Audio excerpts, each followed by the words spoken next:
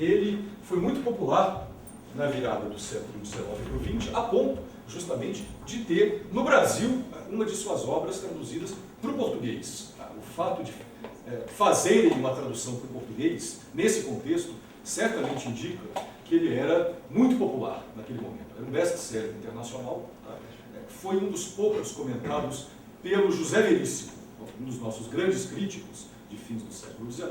O Veríssimo escreveu sobre literatura russa, ele escreveu ensaios sobre Tolstói, alguns, e escreveu um ensaio sobre o Merezhkovsky, justamente. Então, veja, não escreveu sobre Dostoiévski, escreveu sobre esse, que era um autor muito comentado naquele momento, e dele se traduziu A Morte dos Deuses, pela Garnier. Não somente foi traduzido, mas foi traduzido pela grande editora brasileira do período, que era a Casa Garnier. E o outro livro disponível, tradução desse final do século XIX, é uma tradução, aí sim, de Tolstói, da Sonata a Kreutzer, Sonata de Kreutzer, como alguns preferem traduzir, que foi também publicado pela Garnier em 1895. O sucesso desse livro se explica porque essa foi certamente a obra mais polêmica de Tolstói. Essa e o texto dele sobre a arte. O que é arte? Foram os dois textos que geraram a maior celeuma mundo afora. A Sonata Kreutzer, todo mundo sabe, que tem aquela diatribe contra o casamento e, de modo geral, as relações carnais.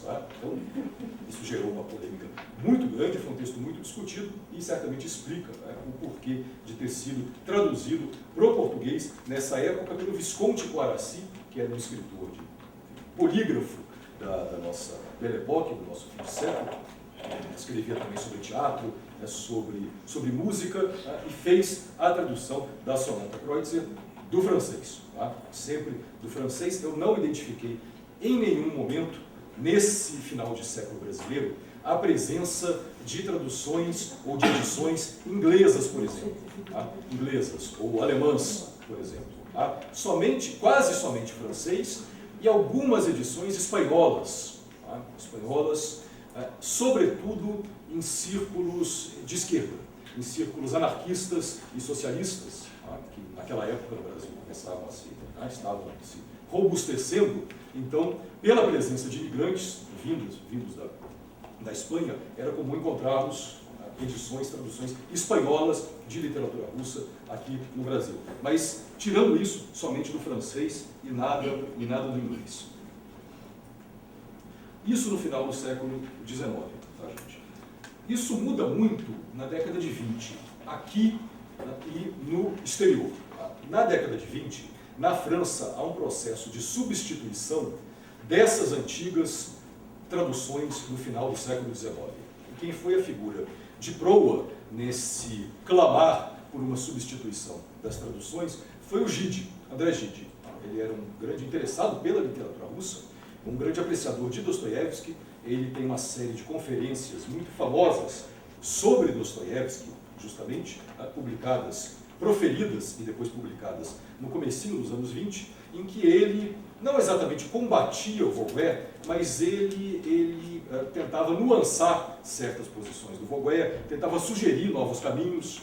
Então, o Vogüé dizia coisas do tipo: a literatura russa, essencialmente, está nos romances. Não é à toa que ele chama o seu ensaio de O Romance Russo.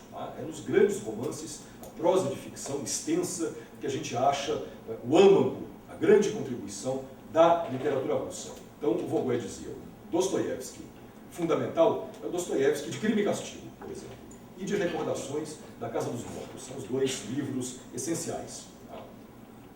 O Gide e outros vão dizer coisas do tipo: temos que alargar esse universo semântico, temos que alargar isso. Será que o Dostoiévski não pode ser encontrado também, um outro Dostoiévski, no Eterno Marido, no Jogador, em outras obras que tinham ficado fora desse paradigma crítico voguiano, finissecular? Então o Gide fala: é preciso reler criticamente Dostoiévski e é preciso, novamente, traduzi-lo. Traduzir Dostoiévski e, por extensão, toda a literatura russa. Então há outras editoras, a partir dos anos 20, que começam a providenciar novas traduções, melhores, claro, do que aquelas do final do século.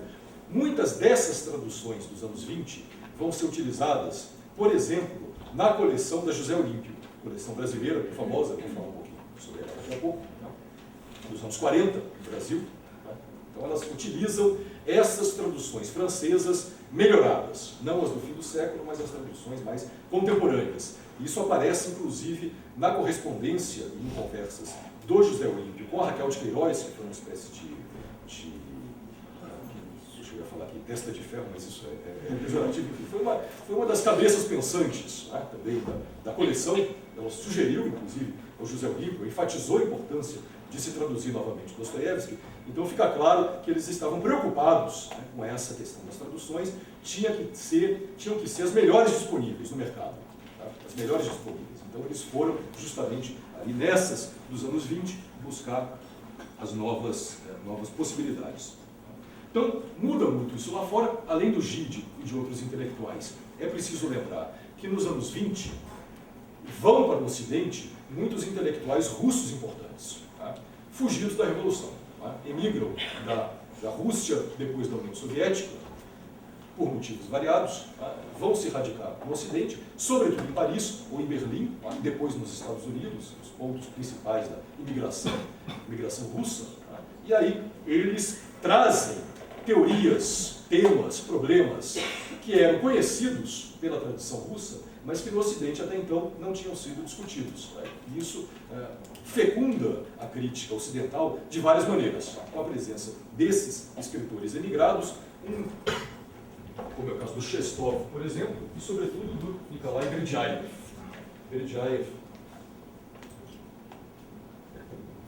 Berdyaev, que foi muito popular no Brasil dos anos 20, 30 e 40, ele estava radicado na França, e o Berdyaev trazia o que? Temas, problemas, questões, indagações oriundas da tradição, né, idealista religiosa russa, que remontava ao pensamento eslavófilo, passava depois, no fim do século, ao pensamento do Solovyov, do Vladimir Solovyov, e pelo simbolismo russo. Tá? Isso tudo era muito pouco conhecido no Ocidente, e com gente como Berdyaev, isso vira um tema da crítica ocidental também. Tá? Também há, claro, uma abertura de arquivos na União Soviética, o primeiro período bolchevique, como nós sabemos, é um período de muita, eu não diria liberdade, mas de muita variedade. Tá? De muita variedade, tá? Então, há muitas pesquisas novas feitas, enfim, toda a pesquisa crítica e empírica também dos formalistas russos e de vários outros escritores e pesquisadores da época, tá? E isso tudo, de alguma maneira, também, tá, reverbera na tradição ocidental. Tá? Em alguma medida chega filtrado aqui no Brasil. Então, muda muito e muda também o mercado brasileiro. Como é bem sabido, o mercado editorial brasileiro, nos anos 20 e, sobretudo, nos anos 30, passa por uma virada muito grande. A gente passa a ter grandes editoras nacionais, tá, de grande porte, com grande distribuição. A tradução se torna mais profissional, tá, em vários sentidos. É um processo que se alastra nos anos 30 e, sobretudo, nos anos 40. E, do ponto de vista russo, as duas coisas se fundem, ou seja, novos temas, novas perspectivas críticas, novos interlocutores, tá? E também um mercado editorial fortalecido, no caso do Brasil. Isso tudo converge para o que o Brito Broca, crítico paulista, chamou de febre de eslavismo no Brasil. Febre de eslavismo, dito pelo Brito Broca, eu não sei se vocês conhecem, um crítico brasileiro muito importante, inclusive escreveu muito sobre literatura russa, traduziu o Vauban para o português no final dos anos 40, pela editora A Noite, do Rio de Janeiro, e o Brito Broca falou, então, nesses anos 40, que os anos 30 no Brasil tinham sido uma febre, tinham visto, testemunhado, uma febre de eslavismo. Ele fala isso com um certo enfado e mau humor, né, porque traduziu-se muita coisa, apressadamente, claro.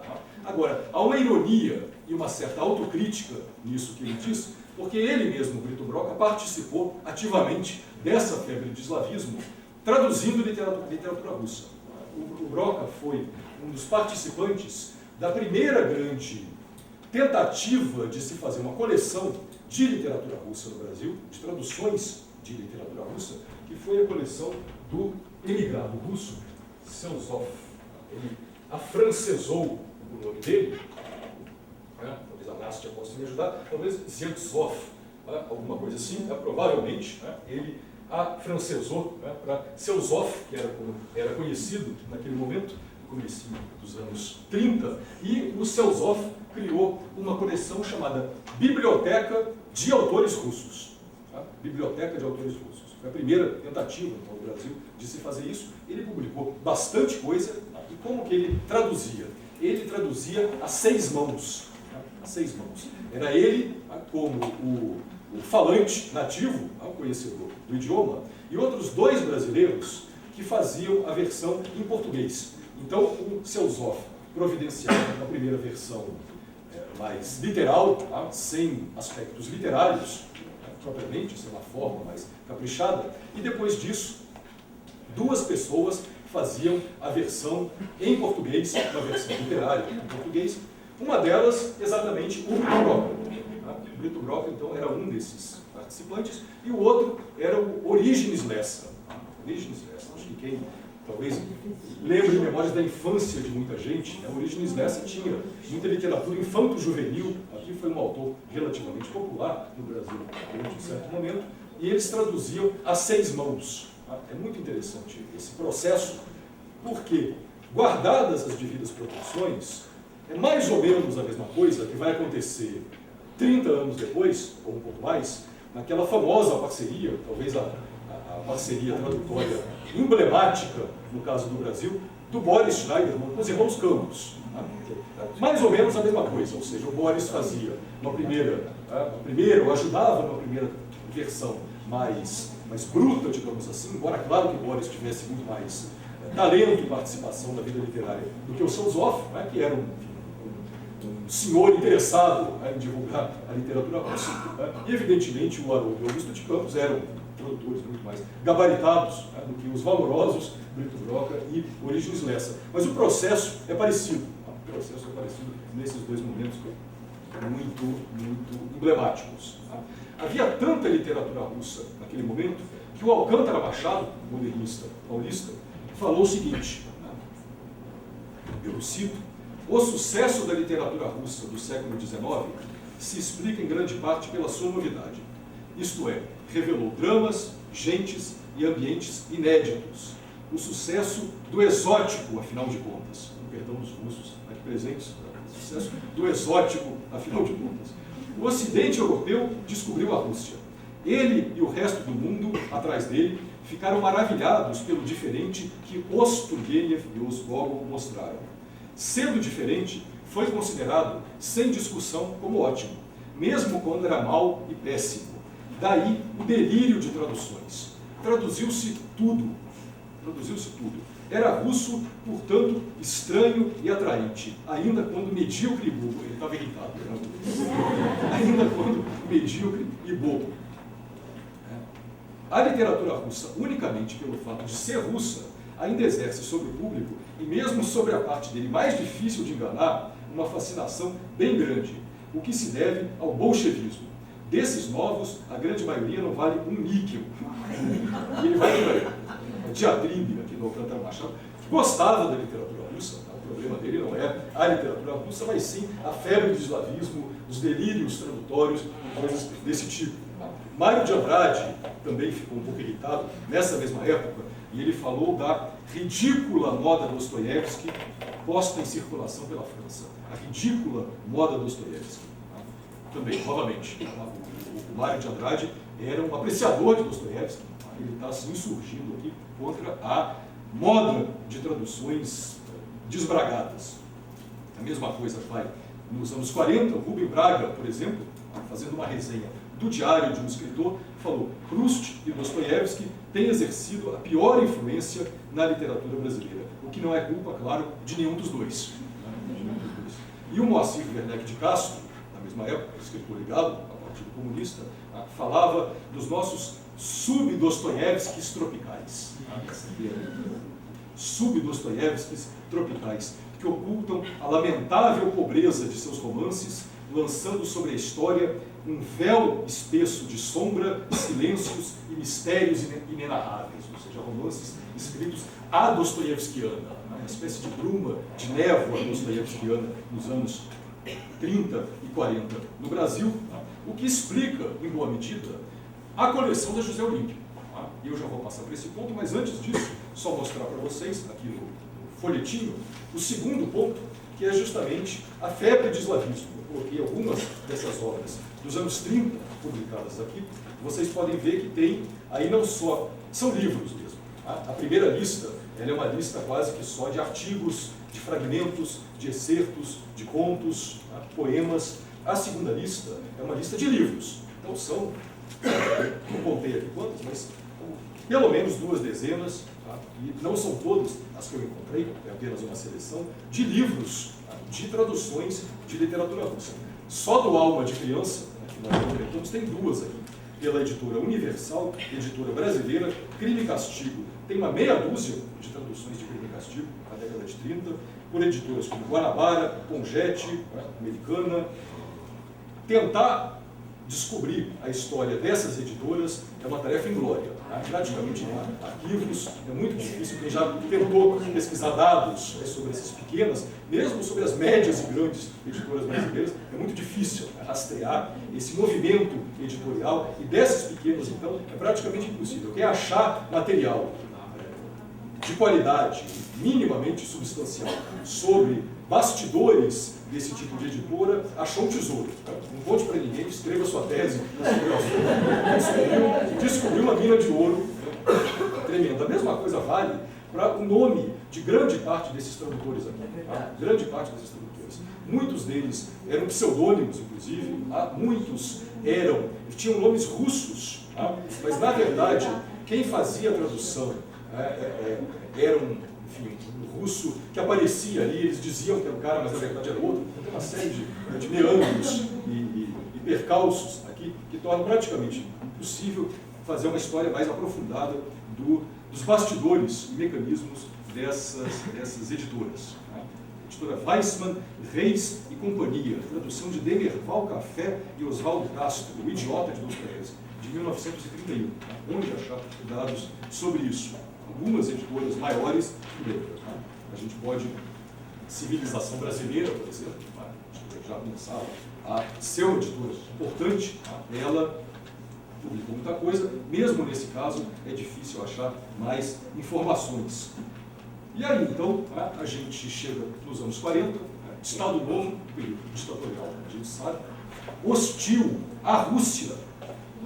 O regime, em boa medida, é construído em oposição ao fenômeno soviético, ele se legitima, em boa medida, em oposição à existência da União Soviética, porém, paradoxalmente, mas talvez por causa, a literatura russa teve um momento de grande florescimento no Brasil. Muitas traduções, inclusive as mais importantes no Brasil até então. O período do Estado Novo, só para começar, é o período do início da atividade do Boris Schneiderman. Boris Schneiderman começa traduzindo nessa época, embora com o pseudônimo de Boris Salomonov.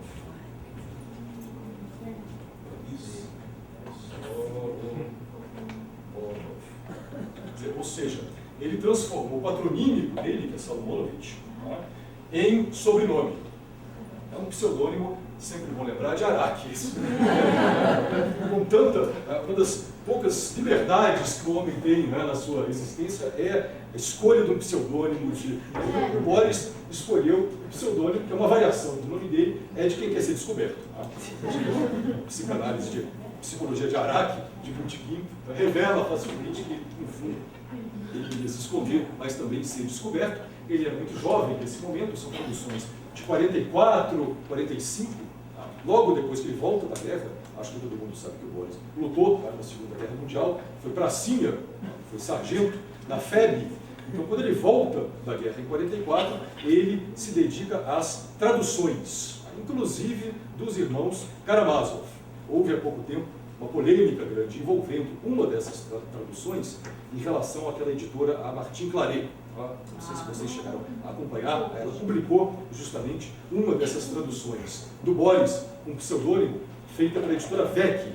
A editora VEC, que era uma editora importante, brasileira, do Rio, naquele momento, e a Martin Claret publicou novamente com os irmãos Karamazov como uma edição inédita, e sem os devidos créditos. Isso vazou para a imprensa, foi uma polêmica danada, e o Boris foi ressarcido, conseguiu indenização por esse plágio, da editora da Martin Claret.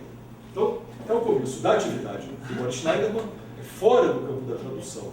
A gente tem os primeiros textos de gente como Carpeaux, Otto Maria Carpeaux, que se estreia no Brasil com um livro chamado A Cinza do Purgatório, e lá tem alguns ensaios sobre literatura russa que estão, de modo geral, muito acima da média do que se produzira no Brasil até aquele momento. São ensaios de um patamar de qualidade muito maior do que o que nós tínhamos disponíveis. E no período do Estado Novo, então, há muitas traduções, há uma coleção de contos muito importante, conduzida, organizada pelo Rubem Braga, chamada Coleção Grandes Contos do Mundo, e o primeiro volume foi justamente de contos russos, que sai pela editora da Leitura, Leitura, que era uma revista e uma editora ligada ao Partido Comunista Brasileiro.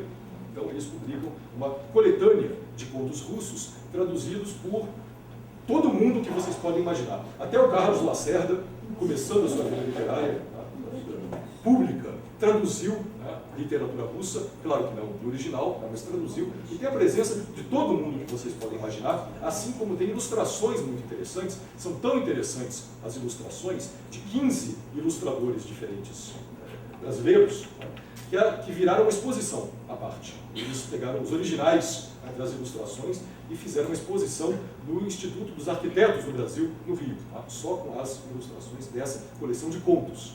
E claro que o grande filhote editorial e tradutório da época foi a coleção da José Olímpio de Dostoiévski.